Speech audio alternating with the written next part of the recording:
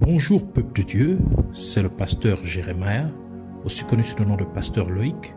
Nous voulons écouter la parole de Dieu pour la semaine, mais avant tout, nous voulons commencer par une parole de prière. Alors, en signe de révérence à notre Père Céleste, à notre Dieu, baissons nos têtes et prions ensemble.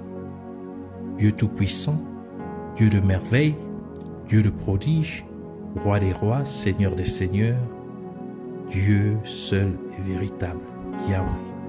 Merci pour tout, merci pour cette nouvelle opportunité que tu nous donnes de pouvoir nous recueillir en ta présence. Nous venons dorénavant nous remettre en tes mains, corps, âme et esprit, l'air, l'atmosphère, tout autour de nous et en nous, nous remettons toutes choses en tes mains. Prions que tu nous pardonnes pour tout ce que nous avons fait, qui ne t'a pas honoré et glorifié. Pardonne-nous pour nos mauvaises pensées, nos mauvaises attitudes, nos mauvais comportements, nos mauvaises intentions, nos mauvais motifs. Que tu nous purifies, sanctifies par ton sang, par l'eau de purification que tu as fait couler à la croix de Golgotha. Que tu purges aussi notre conscience de t'œuvres mortes afin que nous venions à te servir comme il se doit. Prions que tu nous amènes dans la profondeur de la révélation de tes mystères contenus dans ta parole. Enseigne-nous, équipe-nous, parle-nous, et que tous ceux qui s'opposent à la révélation de ta parole, qu'ils soient liés, chassés, renvoyés dans les gouffres de l'enfer au nom de Jésus-Christ. Et nous proclamons que Jésus-Christ est Seigneur à la gloire de Dieu le Père. Amen. Alors nous allons prendre notre passage principal des Saintes Écritures dans le livre de Jean, chapitre 19, verset 30. Ainsi, nous lisons la parole de Dieu dans Jean, chapitre 19, verset 30, au nom de Jésus-Christ. Quand Jésus eut pris le vinaigre, il dit « Tout est accompli ». Et, baissant la tête, il rendit l'esprit. Que le Seigneur bénisse sa parole, qu'elle vienne pleine de grâce, de vie, de révélation et de profondeur au nom de Jésus-Christ. Amen. Alors nous continuons dans notre thème principal, les 7 séries des dernières paroles de Jésus-Christ à la croix. Pour cette semaine en particulier, nous allons parler de la 6e série des dernières paroles de Jésus-Christ à la croix. Dans notre passage principal des Saintes Écritures, nous voyons Jésus-Christ prononçant la 6e série de ces dernières paroles à la croix. Et dans cette 6e série, Jésus-Christ dit « Tout est accompli ». Mais à quoi fait-il réellement référence dans cette déclaration? Et pour comprendre la raison de cette 6e parole de Jésus-Christ à la croix, il faut revenir en arrière sur les 2 versets précédents. Dans Jean chapitre 19, versets 28 à 29, qui dit « Après cela, Jésus, qui savait que tout était déjà consommé, dit, afin que l'écriture fût accomplie, j'ai soif. » Verset 29, il y avait là un vase plein de vinaigre. Les soldats en remplirent une éponge et, l'ayant fixé à une branche d'hysope, ils l'approchèrent de sa bouche.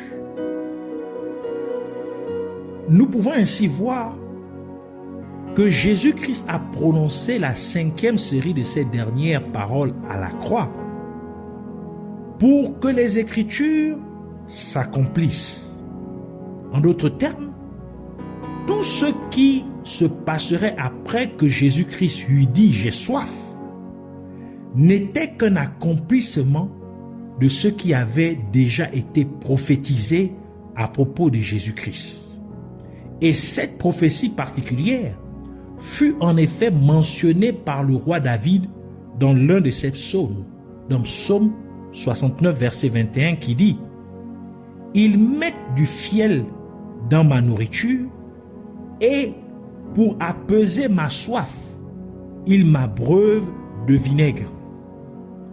Par conséquent, en disant « tout est accompli », Jésus-Christ insinuait que la prophétie selon laquelle on lui donnerait du vinaigre à boire alors qu'il avait soif d'eau s'était accomplie.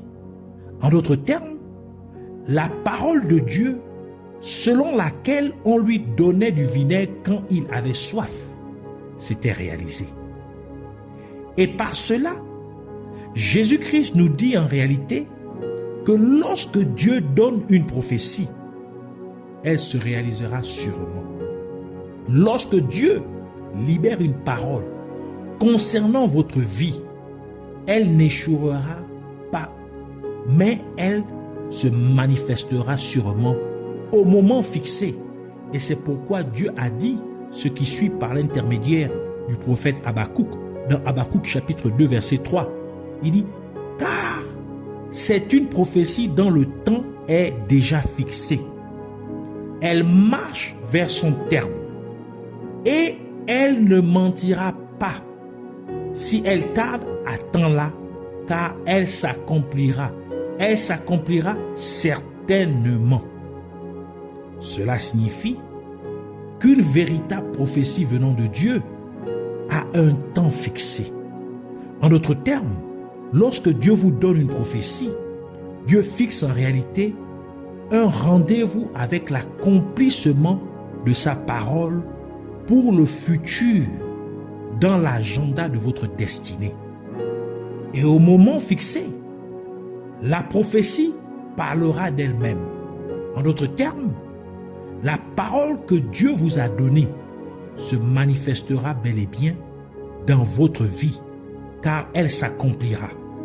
Elle se matérialisera effectivement, car la prophétie venant de Dieu ne peut pas mentir, car c'est la parole de Dieu. Et Dieu est sa parole, comme le déclare le livre de Jean chapitre 1 verset 1 qui dit « Au commencement était la parole, et la parole était avec Dieu, et la parole était Dieu. » Et nous savons, grâce au livre de Nombres, que Dieu ne peut pas mentir. Nombres chapitre 23 verset 19 qui dit « Dieu n'est point un homme pour mentir, ni fils d'un homme pour se repentir.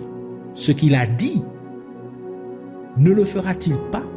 Ce qu'il a déclaré, ne l'exécutera-t-il pas? De ce fait, si Dieu est sa parole, et sachant que Dieu ne peut pas mentir, la parole de Dieu ne peut donc pas mentir. En d'autres termes, la prophétie que Dieu vous a donnée ne peut pas mentir. La parole que Dieu a libérée sur votre vie ne peut pas mentir. Mais elle remplira sûrement sa mission dans votre vie, comme Dieu l'a dit à travers le prophète Ésaïe, dans Ésaïe chapitre 55 versets 10 à 11, qui dit « Comme la pluie et la neige descendent des cieux, et n'y retournent pas sans avoir arrosé, fécondé la terre, et fait germer les plantes, sans avoir donné de la semence au semeur et du pain à celui qui mange. Ainsi en est-il de ma parole qui sort de ma bouche.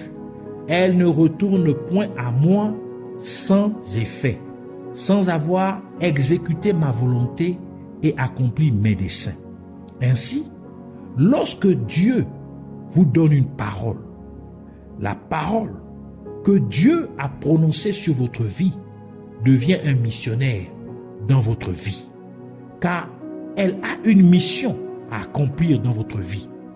Et parce qu'un missionnaire est quelqu'un qui est envoyé avec une autorité particulière pour accomplir une mission spécifique, et puisque dans le cas d'une vraie prophétie, c'est Dieu qui donne la prophétie, ainsi la parole qui a été libérée a l'autorité de Dieu lui-même, car Dieu est sa parole. En d'autres termes, la prophétie venant de Dieu a donc l'autorité suprême. Et c'est la raison pour laquelle elle ne peut échouer, mais elle est vouée à prospérer dans sa mission. Et c'est pour cela qu'il est écrit dans Ézéchiel chapitre 12, verset 25. C'est Dieu qui parle. Car moi, l'Éternel, je parlerai. Ce que je dirai s'accomplira et ne sera plus différé. Oui. Ici, rien que la première partie du verset. Romains chapitre 4, verset 17 ajoute pour dire, selon qu'il est écrit, je t'ai établi père d'un grand nombre de nations. Il est notre père devant celui auquel il a cru, Dieu, qui donne la vie aux morts et qui appelle les choses qui ne sont point comme si elles étaient.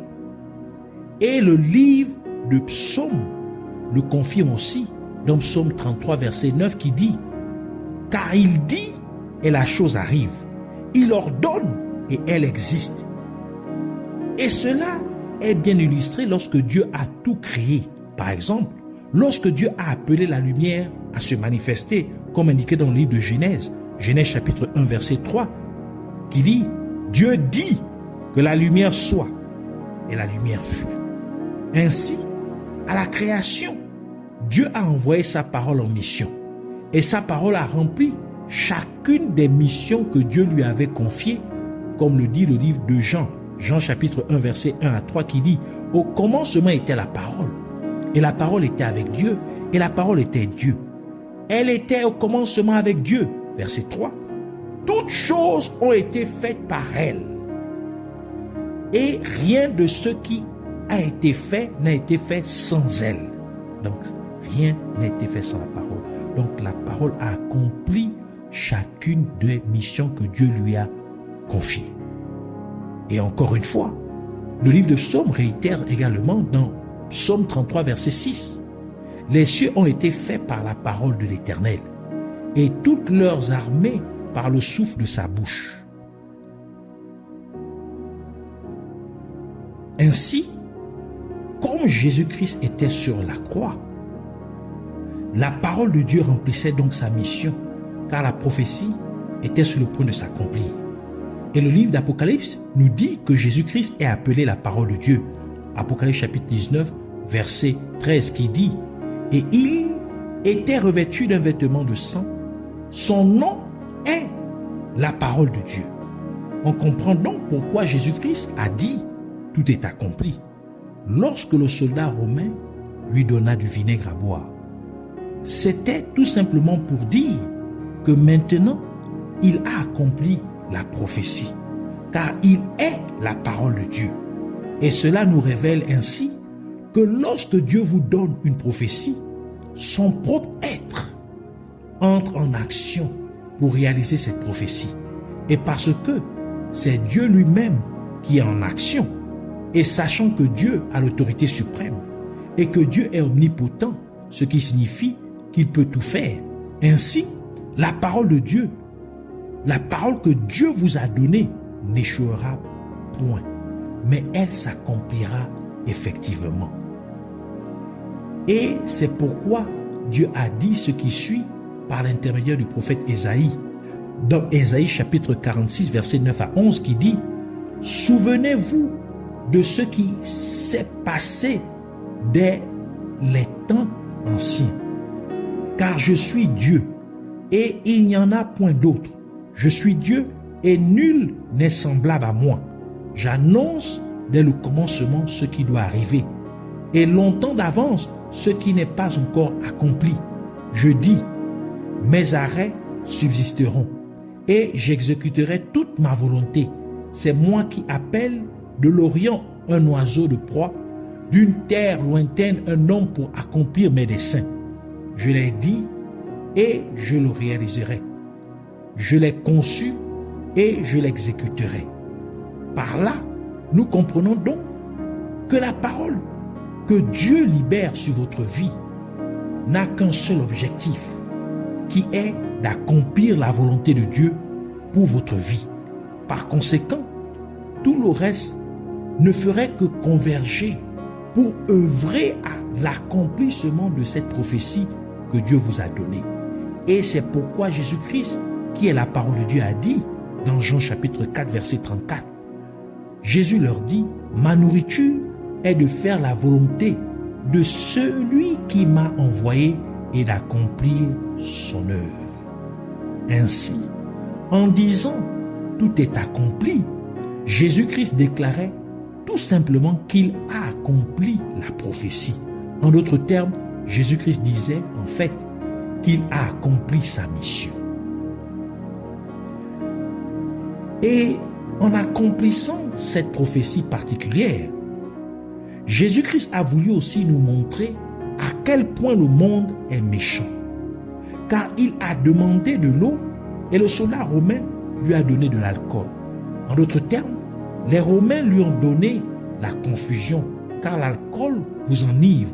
Et lorsque vous êtes ivre, vous êtes confus, car vous ne pouvez plus discerner correctement entre ce qui est bien et ce qui est mauvais. Et nous savons que l'Empire romain dirigeait le monde à cette époque. L'Empire romain était donc une représentation du monde.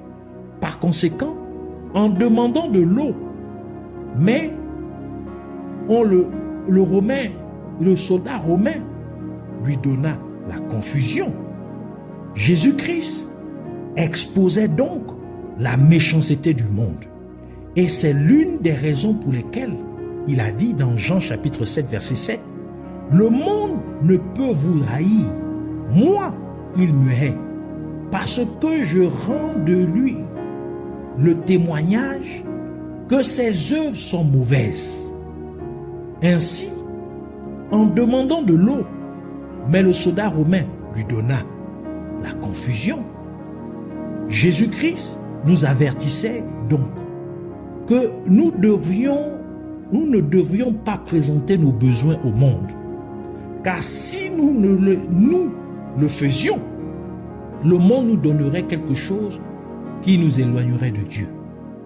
Bien que cette chose particulière peut sembler bonne au départ, mais à la fin, elle détruira notre foi en Dieu. Par exemple, certaines personnes peuvent présenter leurs besoins financiers et le monde les obligerait à entrer dans les sociétés secrètes ou à aller voir des féticheurs. Et il leur serait demandé de sacrifier un des membres de leur famille en échange de richesses, et parfois cela serait exigé d'eux sans qu'ils ne s'aperçoivent à l'instant du vrai prix à payer. Et comme ils seraient d'accord, ils perdraient un membre cher de leur famille et ils recevraient désormais de l'argent, des affaires ou de la renommée.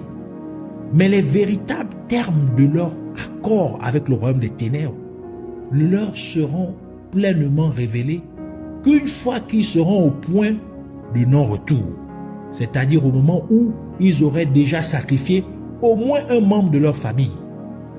Et ils le regretteront plus tard, car ils ne se réjouiront pas vraiment de cet argent, car ils finiraient par sacrifier davantage de membres de leur famille, ce qui deviendrait évident pour leur entourage. Et les gens commenceraient à les fuir. Et ils finiraient par être rejetés par les membres restants de leur famille et même par leurs amis. Et à la fin, le diable va réclamer leur vie et ils vont ainsi mourir pour finir par être tourmentés dans le séjour des morts. Et c'est pourquoi Jésus-Christ a dit dans Marc chapitre 8 verset 36, « Et que sert-il à un homme de gagner tout le monde s'il perd son âme ?» Et le livre de 1 Jean nous dit aussi, dans 1 Jean chapitre 2 versets 15 à 17, « N'aimez point le monde, si les choses qui sont dans le monde, n'aimez point le monde, ni les choses qui sont dans le monde. Si quelqu'un aime le monde, l'amour du Père n'est point en lui. Car tout ce qui est dans le monde, la convoitise de la chair, la convoitise des yeux et l'orgueil de la vie, ne vient point du Père, mais vient du monde. Et le monde passe et sa convoitise aussi. Mais celui qui fait la volonté de Dieu demeure éternellement.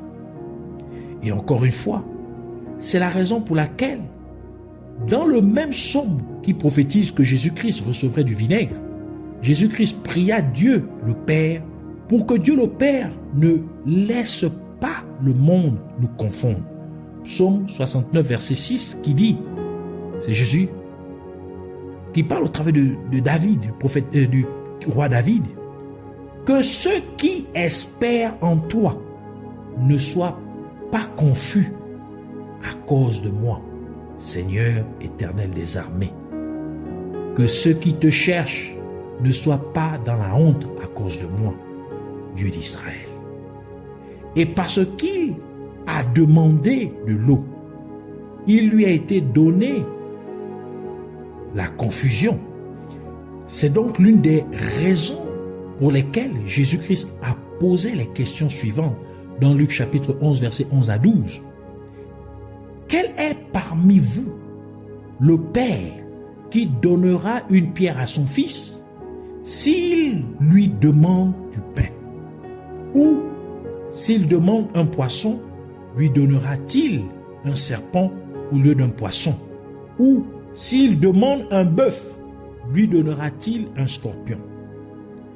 Et par là, Jésus-Christ a voulu nous dire que parce que le monde ne nous aime pas, il nous donnerait donc quelque chose de mauvais si nous présentions au monde nos besoins.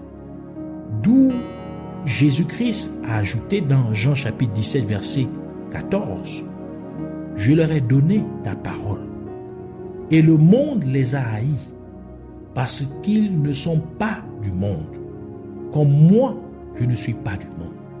Ainsi, parce que le monde nous déteste, nous ne devrions donc pas présenter nos besoins au monde, car le monde nous éloignerait de Dieu. » Telles sont donc les raisons qui se cachent derrière la 6e série des dernières paroles de Jésus-Christ à la croix.